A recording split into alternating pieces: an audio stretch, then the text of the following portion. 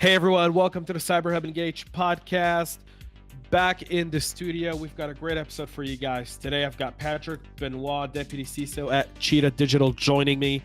We've got an awesome discussion going on here from actual cybersecurity practitioners that are not peddling something to sell, but really talking about what happens in the trenches, in the field, balancing a cybersecurity program with the CISO role being in sales. And Patrick's got a lot to share about that specifically. But before we get started, we'll just do a quick message here from our sponsor. I want to give a quick shout out to our sponsor, Get Smart Eye. That's Get Smart Eye, like your eye, EYE.com. It's a new security company that's focused on your privacy.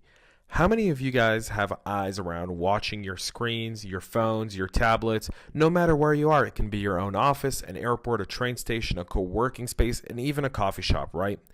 But there's some documents and some information that really needs to stay away from prying eyes. That's where Get Smart Eye comes in. They're using the latest biometric technology to give you complete control over the documents you send and who sees them. Whether you're viewing them yourself or sending them for someone else to view them, the Get Smart Eye technology ensures that whoever's seeing it is the right person. And should someone who shouldn't see it grab a look at it, it gets the document to disappear and won't reopen it until it verifies the identity of the person you sent it to. So to get more information, go to getsmarteye.com/James. Again, that's getsmarteye.com/James. Again, getsmarteye.com/James. And we are good. So, Patrick, thanks for being on the show today. Really appreciate it. Oh, thank you. It's my pleasure. Awesome. So, before we kind of get started, could you share with our listeners and viewers a little bit about how you got into cybersecurity? Yeah, it was kind of a long and maybe not so interesting journey, but I had been in technology since they were punching cards and talking bits and bytes, and came up through the programming ranks when I was in the military. Got introduced to it, and then moved out of the military and worked for defense contractors, programming. Did all the traditional requirements analyst, system analyst type roles. Had my own consulting company for about 15 years, and then eventually came back into enterprise and went to the infrastructure side, the dark side, right? And I did infrastructure delivery for 6-7 years. Dell, Experian, those kind of big companies. And then Experian decided they were going to divest what they called Experian Marketing Suite. And so about 3 years ago, I said to myself, I want to be a little more specialized. Security's always been under my remit. I've had teams reporting to me, but it's never been a specific focus. And so 3-4 years ago, I said, I'm going to focus a little more and really go down the security route hard. So really got focused, took on a lot of additional duties at Experian and such, did the whole credential thing just to have the credentials. And when we did divestiture of this business unit, I helped run the technology divestiture from Experian.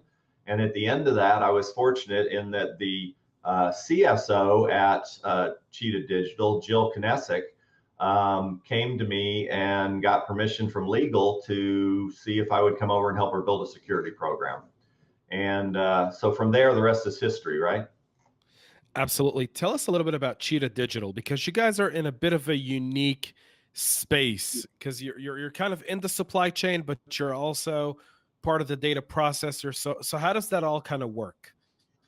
Well, I mean, it is, we are actually, the way I pitch it normally is we're the largest independent digital marketing SaaS company in the world. What makes us unique compared to a lot of the larger companies that are not independent, owned by other larger entities, is that we do have a SaaS product that helps do the campaign services and lets our clients, which is what we call the business to business portion, do marketing campaigns to their customers.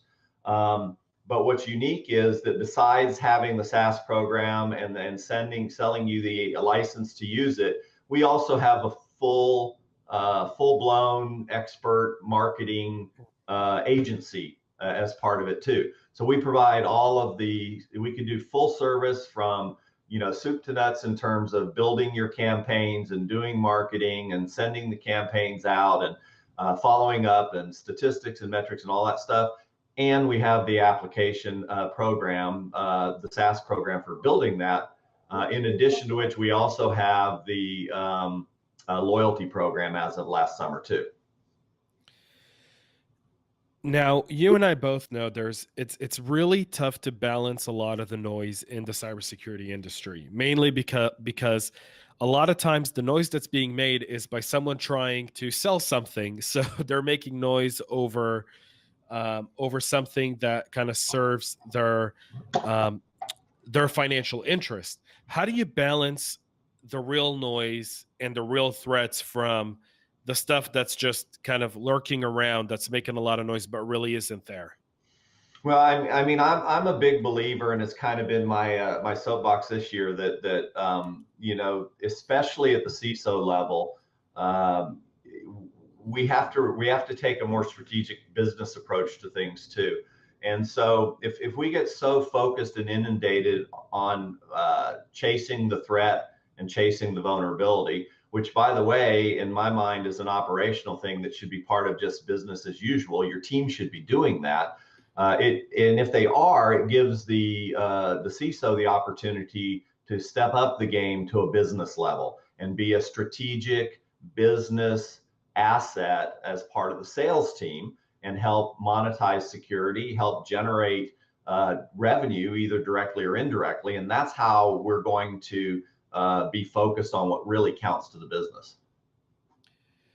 One of the concepts that you always think about is, in security, you've always got to think outside the box to solve a lot of the different challenges that exist out there. What are some of the ways you kind of approach the out of the box thinking to address some of the more complex security challenges? Well, I mean, the first thing I think is that we oftentimes make our problems way more complex than they actually are. There are only certain things that we can do in security. We can never attain that 100% perfect security. That's just not attainable. But there are basic things that we can do. And sometimes thinking outside the box means that you don't forget all of your basics, and you don't forget those things that give you the foundation and then give you the time to start thinking about, how do I look at things from a different perspective. So I'm really focused on getting back to the basics, supporting the business directly in what they need, because in the end, with no customers and no revenue, we have no business. Right. So the innovation in my mind comes more from, how do we make security be that kind of a person at the table, a seat at the table with the sales organization. That's way more innovative and outside the box than a lot of the technical stuff that we can get into, like talking, AI or ML or what's real and what's not. Well, so that kind of takes me to our next point here, which is, I personally realize the need for a lot of the different certifications that exist in the cybersecurity field. They are I like to call them the bare minimum of entry into the field, right? They kind of give you a core competency. But one of the things I always continually talk about is, they also train our security folks to solve a problem based on a procedure in a box. And that same box that we solve the problem with is the same box the hackers see, and the same box the attackers work with. And so how do we change this trend and ensure that the certifications are really creating the right talent to help address the security challenges in a company? Well, I mean, you can come at that from two perspectives. We can try and get the certifying agencies to start thinking about making more realistic, real life, in the job kinds of certifications that make sense. ITIL actually did a pretty interesting job of that. I happen to have done an ITIL expert cert some time ago. And what was unique about that was that the answers for the questions were never one right answer. The answers were, the best answer gets you X points, the next best gets you X points, and the next best gets you a little less. And then one answer gets you none because it's completely wrong. And the perspective is always designed from the customer point of view. So it doesn't matter in ITIL what was the right way to do it, or what is the best way to do it, or the best practice way. It only matters that in that given scenario that they gave, that you're working on, what's the best way to accomplish what the customer needs to accomplish. So that's one, is to get them to change to a more realistic kind of testing environment. But the other perspective is we have to realize what certs are good for and what they're not good for. Like you were saying, I look at the growth of people and professional learning in kind of a 70, 20, 10 split. 70% of everything that people are going to learn is going to be on the job training, on the job experience. They're going to gain it as they go. 20% is going to come from mentoring and or mentorship during the course of their career. Only 10% really is kind of what I would call academic or formal type training. And I put certs in that category too. It's a discriminator when you're sorting through resumes, possibly. It's a discriminator when you talk to somebody and you want to kind of say, so how do I talk to you? Where do we come from? Oh, I've got a CISSP. Okay, so I should be able to talk to you at a certain level. But it does not in any way prove real capability, real potential. It doesn't prove work ethic. It doesn't prove efficiency or effectiveness. It may prove that you're willing to do continuing education to keep the cert or to get a new cert. So we have to recognize it for what it really is. You bring up a very kind of really interesting point here, which is you say 70% is from on-job training. Mm-hmm. A lot of people would say that's risky, because if you take someone who isn't properly kind of trained to put them on the job, that could result in some very, awful things happening. Do you think that's the case, or do you feel like on-the-job training, really, as much as it has a downside, the upside is greater than the downside? Well, I think the upside is greater, and the downside is only if the person responsible for that on-the-job training, and you could call it on-the-job learning or experience or whatever, but as a leader, I have a responsibility for that on-the-job training. It's my responsibility to make sure that it's properly structured, that it's assessed and tracked and looked at and adjusted as I need to adapt to the person's abilities and capabilities. If I don't do that, you are absolutely right. It is very, very dangerous. If I just throw somebody out in the water and say, hey, you got to go learn this, then there's a good chance they could fail. But their failure is because of what I've failed to do as a leader. Right. That brings us to mentorship and mentoring. How valuable and how overlooked is that in organizations of kind of developing that mentorship program to develop the young talent that's coming in, or the older talent that we're seeing today, people who are doing that mid-career change into security? I see a lot of lack in mentorship. So, you brought up a point here that's near and dear to my heart. I feel like most people don't really invest in mentoring new people that come into security. They kind of throw them into the water and say sink or swim. Right. But how vital is that? Could you give us an example of some of the mentorship you do? Well, it's absolutely vital. And I think it comes, again, in multiple forms. Some of the failures in mentorship I've seen is when the formality of the company's mentor program overwhelms the efficacy of the program. And so you're spending so much time trying to figure out exactly what nuances you have to live to satisfy the program that you don't really give the person the benefit of the program.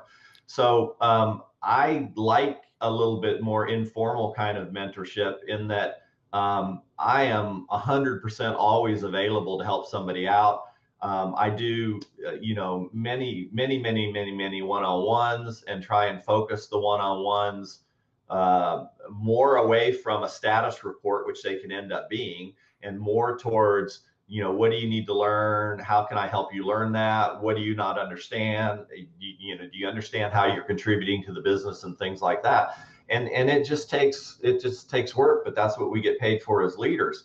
At one point, I had when I was at a former company, I had 60 direct reports all over the world, and so I spent about 2 hours every day of the month doing one-on-ones, because I did a one-on-one with every single person once a month. So it's very important, and I think it has to be personal. I think the leader has to have the right attitude. You can call it a buzzword or cliche, but I'm a huge advocate of servant leadership. I tell, all my teams that the only reason that I'm here is to help you succeed. I kind of have two roles as a leader. One is to kind of protect you from those outside the team and above me, to kind of make sure that you have everything you need to function properly. And the other role is to kind of protect them from you. And the way I do that is to make sure that you know what you're supposed to be doing, and to help you get there. So that's great. Thank you. You told us earlier a little bit about, what you guys do. And in your current role, you're kind of the middle of the supply chain, the main pipe between so many different parties. Does that change the way you view your security program and develop it? Well, and I think that's kind of a double-edged answer, in that, yes, it's something that I'm always aware of. And yes, we're always considering, if this affects our client, how is it also going to affect their customers? Because there is that middle road kind of situation. But the flip side of that is, we should be securing their data the same as we would be securing our data, whether it's the client, or the next level, the customer, or it's our crown jewels. So in that respect, you should be raising the standard to the highest standard you can raise it to, cost considered, of course. It's always a cost formula, but it shouldn't make a difference. When we talk about, I always chuckle a little bit when we talk about, oh, well, we have personally identifiable information or personal data, but then there's sensitive data, and is it really different? Yeah, technically, if somebody got a hold of it, it could create a different level of impact. But ask any consumer, do they want their name and address and phone number exposed any more than they would their social security number? No. Now, the impact may be different, but not what they want. The reputational result's going to be the same. So I don't think it should change your program from that respect. Now, being that you're part of the supply chain, you get what I call my favorite third-party due diligence questionnaires. And those are my absolute favorites. In fact, when I talk to a lot of other CISOs who have to kind of send those out as part of their due diligence process, many of them aren't real fans of these. So how effective really are these third-party questionnaires? I think they can be effective to a degree. I just did one recently, and I do probably 20 to 30 of those a month. And that's of them, one a day. yeah, that's pretty much one a day. It can be that way, but they range anywhere from 50 questions to 450 questions. And and they're all asking the same thing, basically. So I think some of the ones, I just did one that was relatively shorter. It was pretty much all yes or no, but then depending on how you answer, they might ask you to explain something.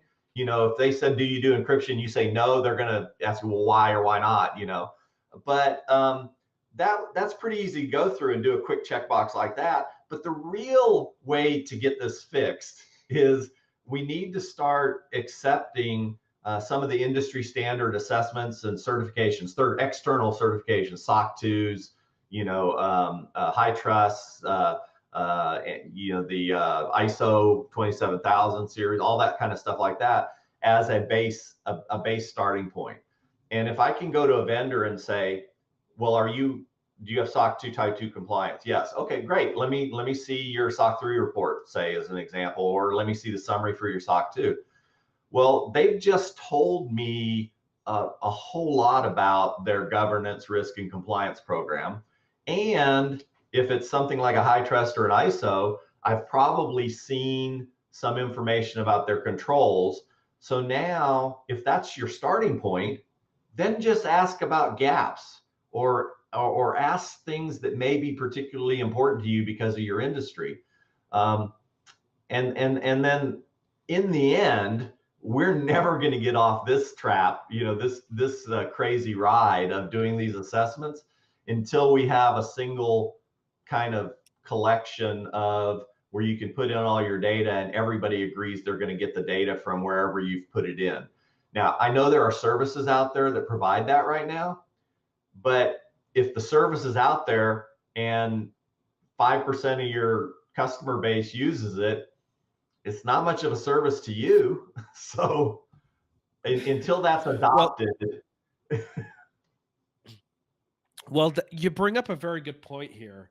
And it's cybersecurity risks aren't just done when you engage a company. It's continuous and it's always happening. And a lot of times these checklists are done right at the beginning of the engagement. And then, in the contract, they get to audit you once a year, once every 2 years.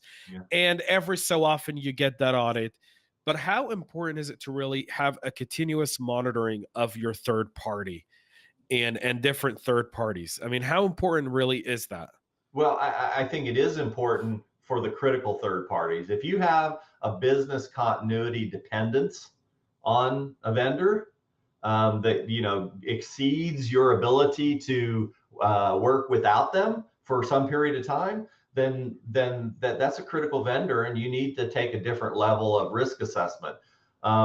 What I think would be great is internally we do a rolling risk assessment kind of model. So every month we have the ISO 27001. That's just the one we happen to choose as a framework. We've divvied that up into 12 months of controls, domains and controls. And then we've tried to organize it such that the owners of those controls in the company would only get hit by us maybe once a year to collect evidence. So we collect through this 12-month cycle. We can say that we have a full risk assessment in 12 months. And since we're collecting updated evidence as we go, when it comes time to do our external audits, our compliance officer just basically takes that archival evidence that we have, all the artifacts, pushes it up, and we rarely would then have to go back to those teams and hit them again for another audit. Wouldn't it be great if you could do something similar and provide what might be considered client releasable, cleared information to your customers about you as a vendor on that same kind of rolling basis, and said, look, here's the evidence. You're going to be asking for it when your year comes up. We're giving it to you as we go so that you always have the most current. I don't know how we get there, but it seems like that could be a way to address this. Well, it's one of the key trends that we're noticing now, and I'm sure you have as well, and being in the role that you're in and where, the company's positioned, is third-party risks and threats are constant. And a lot of the recent, data breaches or cyber incidents have been due to, people in the supply chain kind of, being a bit, I don't want to say negligent, but just being vulnerable and not addressing that vulnerability.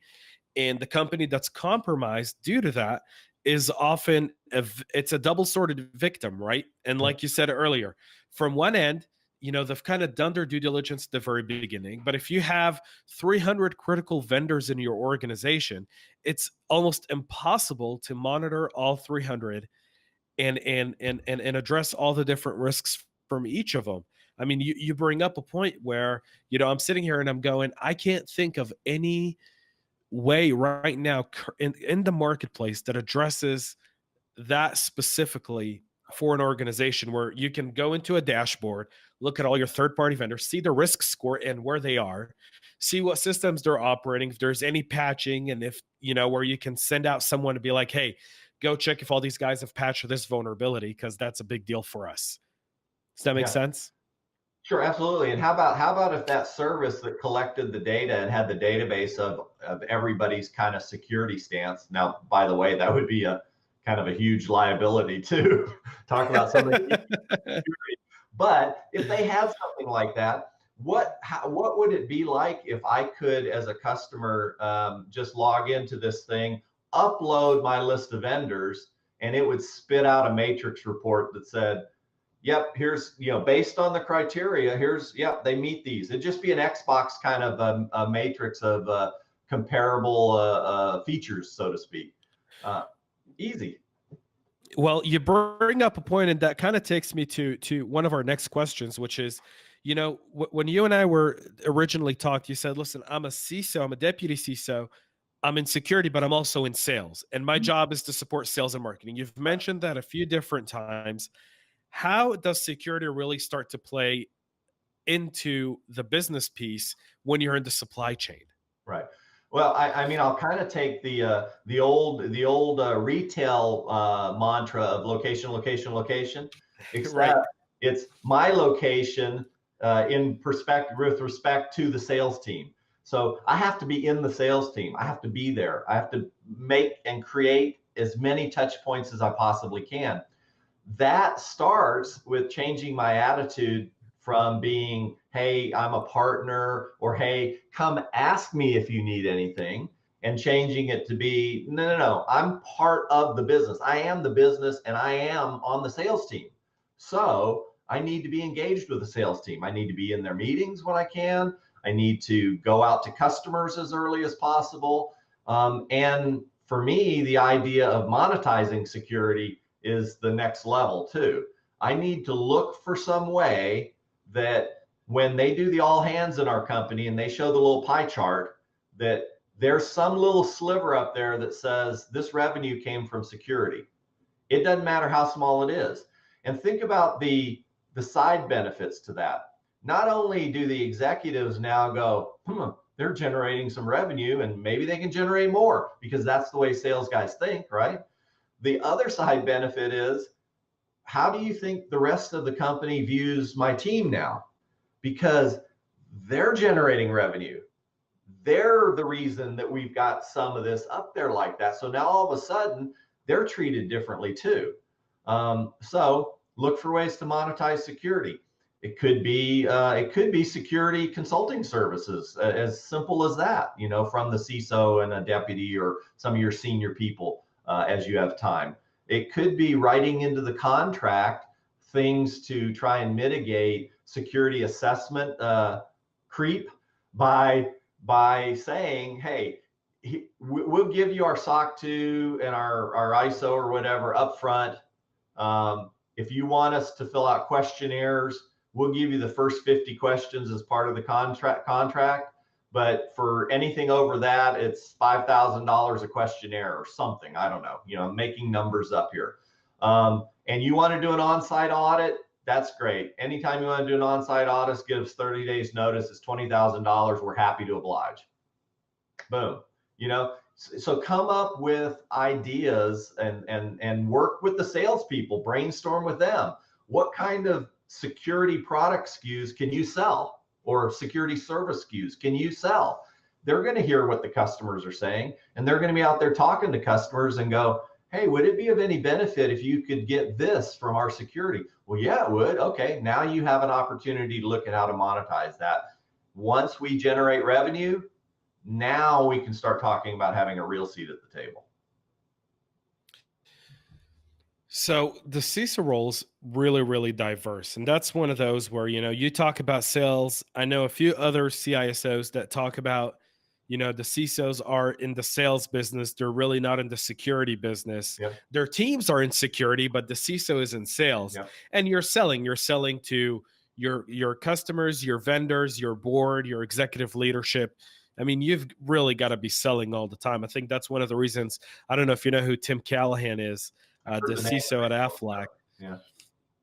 He's just phenomenal because he's a sales guy. He's just a straight up sales guy. He's just phenomenal at it. When the guy speaks, he talks in the same kind of, I want to say, terminology and language that you talk about, which is how can I be a business driver and not a business liability? Right. But when you look at all the different CISO roles, some that are more policy driven, others that are more of a checkbox for the board to say, we have a CISO. And you often talk about the changing character of a CISO to be more customer centric. And a customer centric CISO is kind of it's I don't want to say it's an oxymoron, but it's almost the opposite of what you picture a cyber guy to be, right? Because most cyber folks are considered to be hooded guys who are, very antisocial and just not into talking to people. They want to sit in a dark cave in a dark room and type lines of codes and, CSI Miami, you name it. But that's not real. How do we start transforming that view that a CISO is really more of a customer centric role than it is a security role? Well, it's going to be a chicken and egg kind of scenario because the executives, especially as you drive further down into smaller companies, the executives are not going to see that person in that capacity until they're shown that they can operate in that capacity, and B, not going to be willing to pay for that kind of a person until they can see that there's some kind of value return on that investment.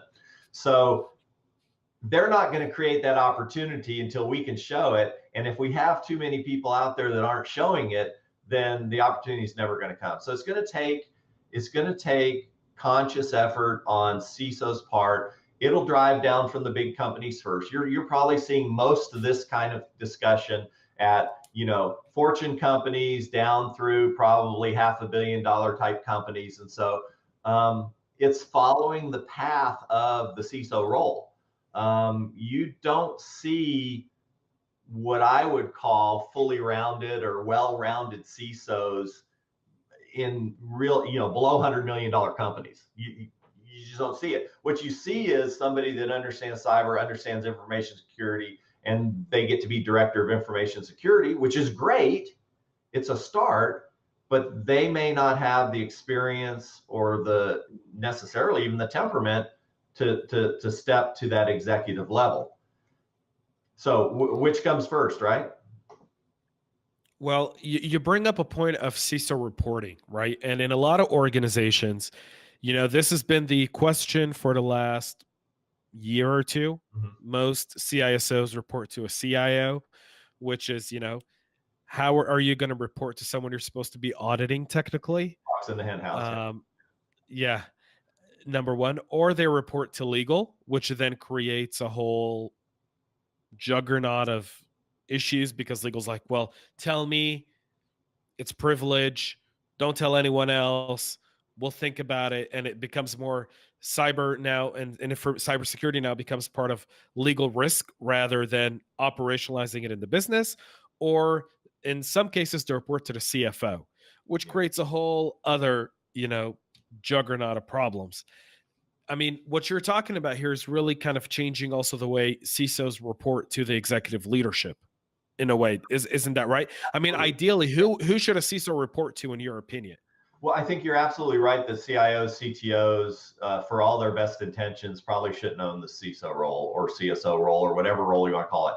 They clearly don't generally own internal audit right now. They generally, in larger companies, certainly won't own business continuity. They generally won't own risk management. So I look at the whole thing as like maybe four major areas. You have security, risk management, internal audit, compliance, and business continuity. And those are four areas that if you snatched out of any small to mid-sized company, you probably don't have a lot of people outside of security that really understands those areas as a whole. So what happens is security ends up kind of doing all of those things. Like what we're trying to do then is build those models such that they can be spun out into a separate team so that you get that separation of roles like you're supposed to. And I don't know, my opinion is that you're going to have somebody at that ELT level that takes all of those together. The best answer I have right now is probably like a CRO, like a chief risk officer kind of role that rolls those all up together. Is that the ideal endpoint? I don't think so, but I don't know where you would go otherwise right now.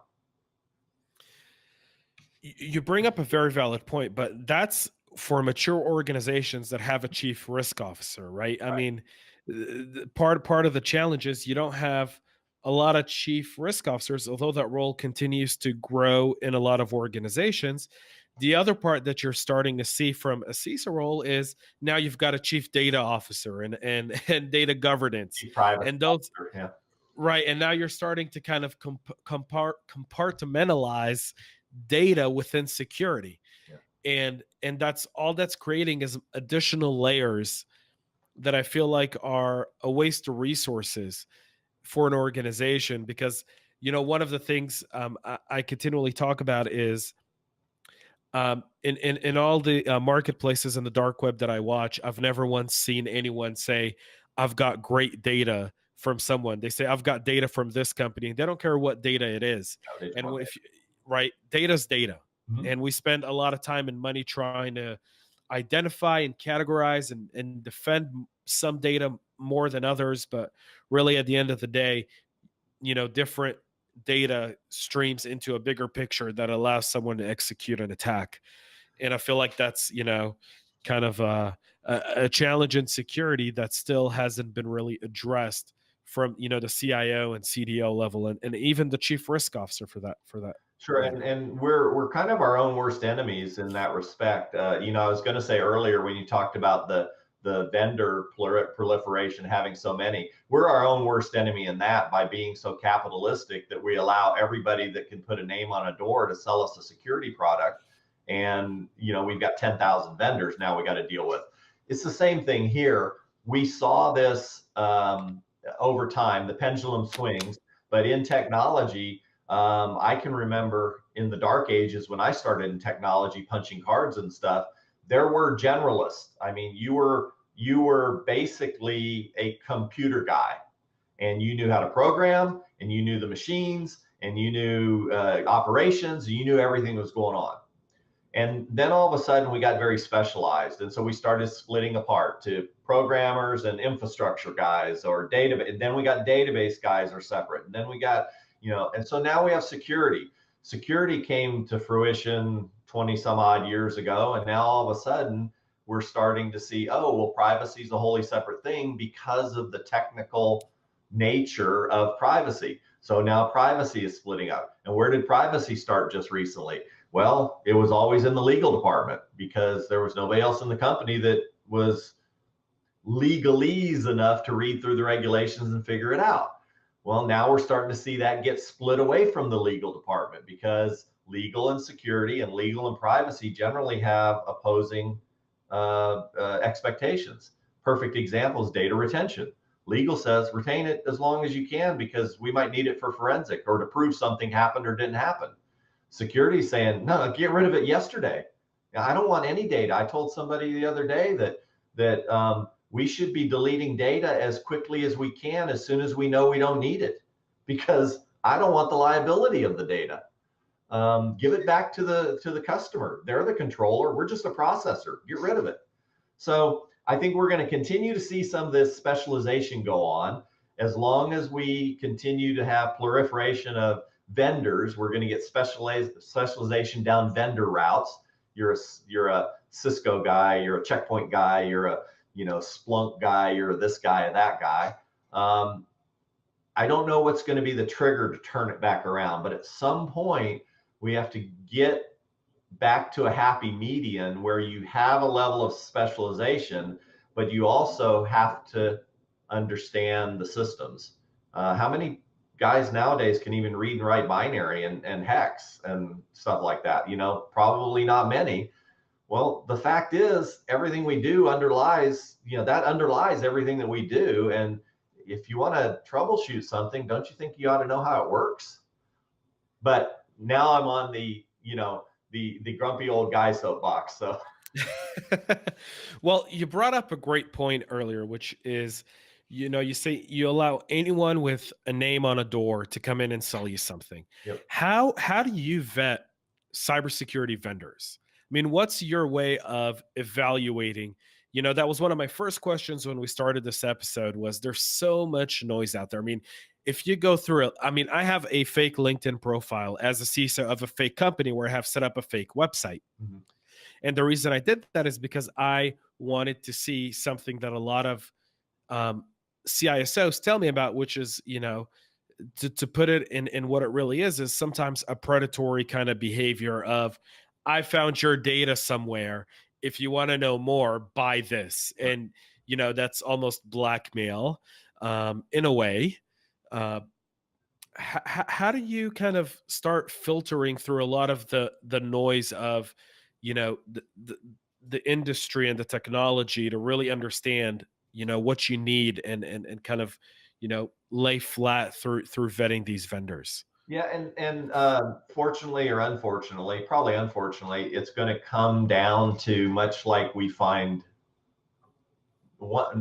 the most effective way we find new roles and new jobs.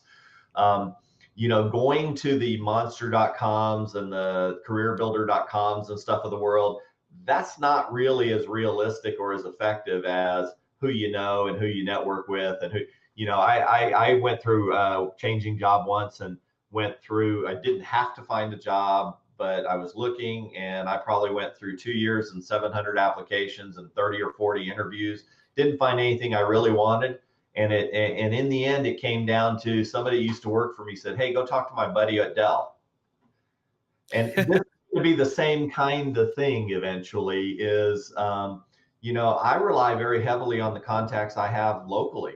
If I talk to a group of, my CISO buddies and they're like, "Dang, you really need to try this product," then I'm probably going to go look for it. Now that's going to open the gate to whoever that account manager is contacting me, but I will already know them, so I'll accept it. Just like you, I get, 5 or 10 connect requests a day. And the thing I look for is, do I know them? If I don't know them, are they a vendor? And if I don't know them and a vendor, then that's all they needed. I don't even give them the third strike. They're just, I don't know this person. I'm sorry. I don't have time, which is hard for me because I'm an extrovert and I like to just, but you know what? You can't do that when it's clear there's an ulterior motive. So it's going to be networking. Do you find so you kind of brought up a really interesting point, which is, I'll tell you, when I started this podcast, I never imagined it would grow to where it is today. It's been mind-boggling, just the growth. And a lot of times I get we have a rule on the show. We don't interview vendors. I feel like there's enough people out there talking to vendors. I don't need to be another voice doing that. And I'll always get the people who try to sneak in through a back door of thinking we don't do real due diligence on them. Right.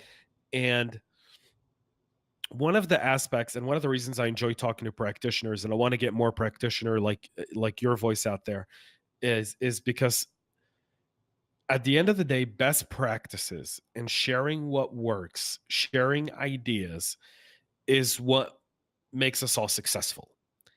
And one of those, and I kind of want to transition to some of your best practices, some of the things you exercise that really have helped you be successful in your role, because I feel like that's where the value is for everyone. And I hope that the people who listen understand that when we talk about best practices, we talk about different things that we can do within our organization that may or may not cost money, but are typically the best ways to address some of the most common challenges or some of the uncommon challenges. And you're in a unique industry. I mean, one of the reasons I was looking forward to this podcast was you're in the middle of the supply chain.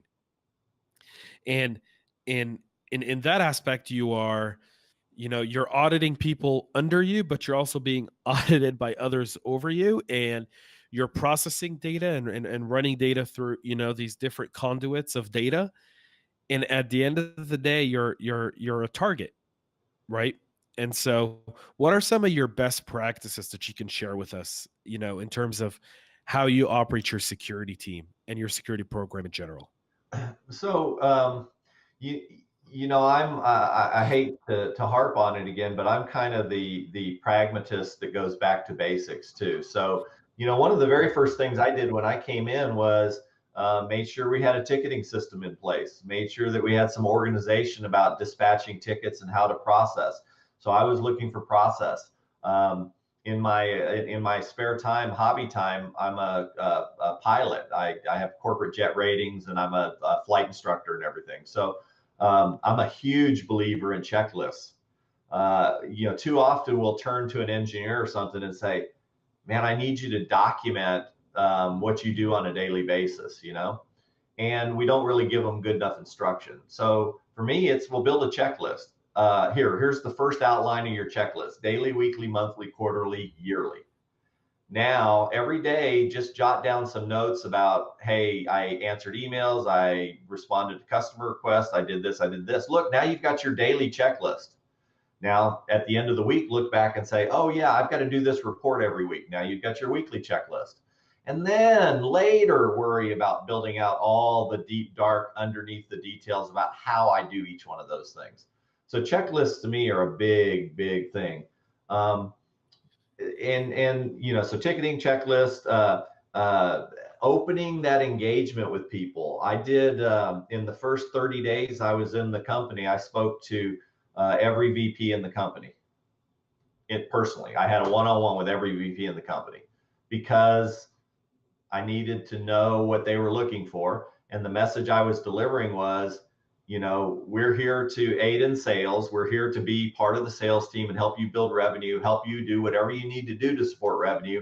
And oh, by the way, my team's not allowed to say no. They can tell you they give you all the consultative advice that you can ask for. They can tell you what all the risks are. They can tell you how they would do it better. In the end, we have to defer to the senior executives to make a decision about what their strategy is and what they're willing to accept.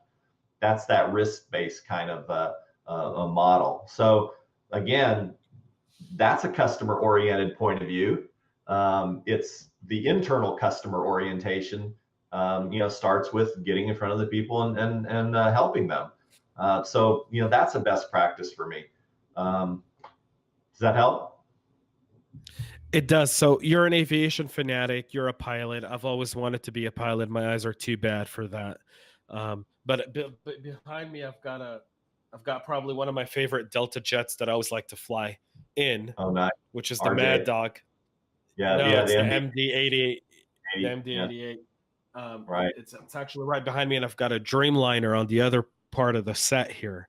Well, you can see I have a few hanging back there on the. I saw those. Those are really cool, by the way. Those are all. But I'm actually. So you brought me to a really interesting point here that I had no real. It wasn't on my sheet to ask you, and I'm kind of going to throw it out there and see what you say. But a lot of times, I feel like a cybersecurity incident is a lot like a plane crash. There's a series of events that go wrong that lead to one catastrophic disaster. Is that a fair assessment of a breach? Oh, absolutely. It is. And it's kind of a fair assessment of almost anything that goes wrong anywhere. There is a triggering event that if you walk back through the chain, and this should be done in root cause analysis, as you walk back through the chain, you're going to find this one thing that had we stopped it, had we not done this, the rest of the chain would have been broken. It would not have happened. That's the basis for the whole cyber kill chain kind of theory, and everything like that is you stop it early. So, that leads you to that point where we have to be looking at some of these, newer technologies, next gen AVs, and better detection and better, prevention kinds of technologies that are looking at behavior analysis and traffic analysis and things like that, because we're trying to move further to the beginning of the chain and break it before it becomes, something that's a yoke around our neck, so to speak. So yeah, absolutely is a great analogy. What are predictions for the future of the cybersecurity industry or the security technology in general? What are some of your predictions for 2019, 2020? I think there's going to be some interesting stuff happening, and it may not be as close to all the folks that are only doing B2B type stuff, but the whole consumer market is going to be interesting to me, because consumers are getting smarter, but at the same time, they're not, if that makes sense. They're getting exposed to more, and they're learning how to operate more technology, but at the same time, they're not necessarily being given enough background to understand the impact of what they're doing or understand the potential risk of what they're doing. I read an article in the New York Times yesterday about loyalty programs and how that's the new haven of hackers, because nobody's paying much attention to security of loyalty programs because, hey, it's just points. It's no big deal. And, my answer was, the thing that was missing was, we don't go to the consumers. We should be going to the consumers and saying, hey, that's not just points. 100,000 airline points on average is probably $1,000. Pick a number, and make them realize that. So I think we have a really big opportunity to start bringing the education of how to use technology more appropriately to consumers. I think that's going to be a big thing. IoT clearly is, it's like, how do we make IoT better? Well, we keep telling the consumers IoT is bad, it's not secure, IoT is bad. Everybody runs around saying, oh my God, Alexa this, Alexa that, and they're listening to us, and it's this big panic kind of thing driven by the media. It's a drama thing. But the fact is, yes, as consumers, they have to be careful, and we have to educate consumers on how to be careful and what to do. But when are we going to start talking about how do we push vendors to actually take the time to build that security in from the beginning, instead of making it an afterthought in things that are so technologically advanced that they should have had security in to begin with? So we have a lot of opportunity to educate both sides, consumers and vendors. And I think that's where we'll get the biggest bang for our bucks too. That was great. I want to say thank you for being with us today. I mean, this was just so awesome. I could go on for a lot longer, but I feel like we have reached our capacity. Plus, next time I'll see you in person, and it'll be much funner, and we can have an espresso, which is something I typically do right before a podcast. And there is no X in espresso. I read that the other day too. No, there's a bunch of S's, no X's. No, it's my pleasure. I appreciate it anytime. Patrick, thanks so much for being with us, folks. Patrick Benoit, the Deputy CISO at Cheetah Digital. Patrick, thanks so much for being with us. Folks, this is James Azar here with the CyberHub Engage podcast. Thanks for listening and viewing. Make sure you subscribe and follow us on all our social media outlets. That's it for today. We'll be back next week with more.